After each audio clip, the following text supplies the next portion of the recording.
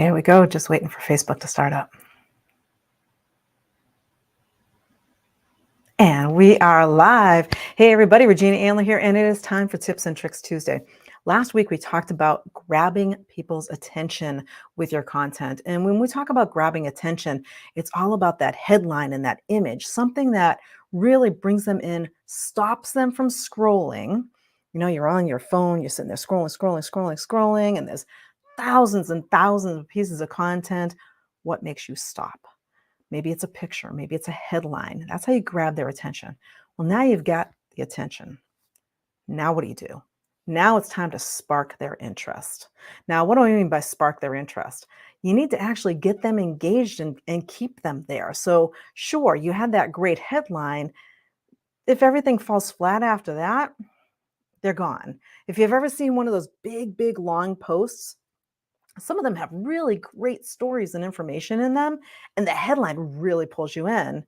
And then you start reading, and the first couple of lines, you're like, yeah, okay, I'm done. And you move on, and you never read the rest of it. You never get to the juicy meat part of the story or whatever it is that they're looking to convey because you got bored at the first couple of lines and you said, that's it, and I'm moving on.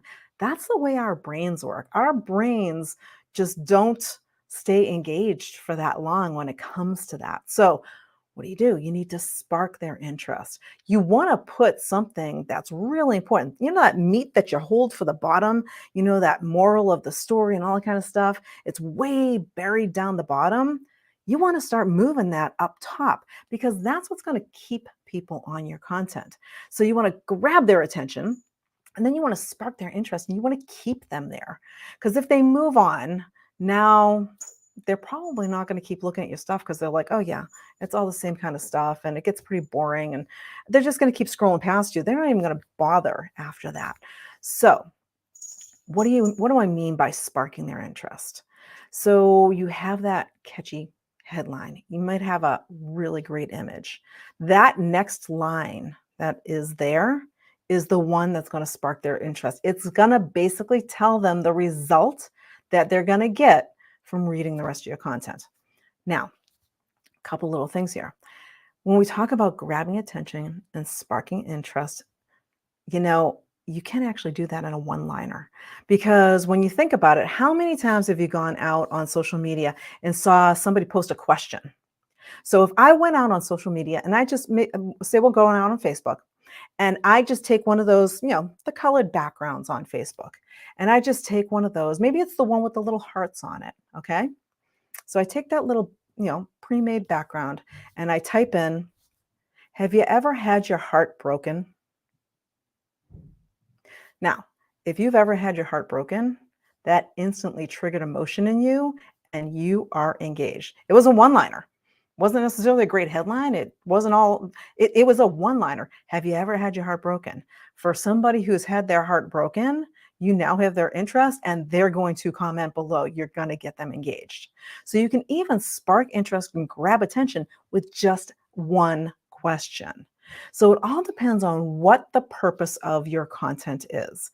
You want to make sure you have a plan for your content so that when you go out and you create these headlines, you go out and you find those images, you want to spark their interest in that next section. Because as we move on, we're going to move on to adding value in your call to action. There's actually 4 parts that we're going to be talking about in the next couple of weeks. We're going to add in those last 2 parts, and they all fit together like puzzle pieces to make that engaging post that people want to read.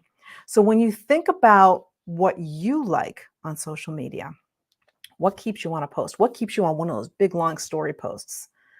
Is it because you know the person and like the person, so you're going to hang in there with them just because you know them? That's great.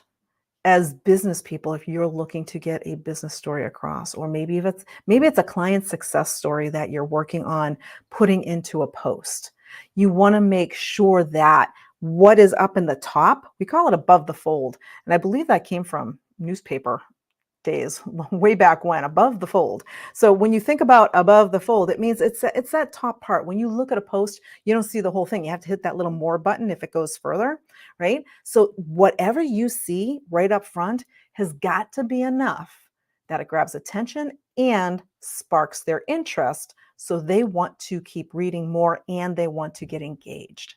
So, how do you go out and spark that interest? You just give them something catchy. You can use a hook. You can use, depending on what you're doing. If you're talking about something that you're working on or giving away, it's a limited time offer. That FOMO, the fear of missing out. You have something in there that really captures their attention and makes them want to stay and read the rest of what you have.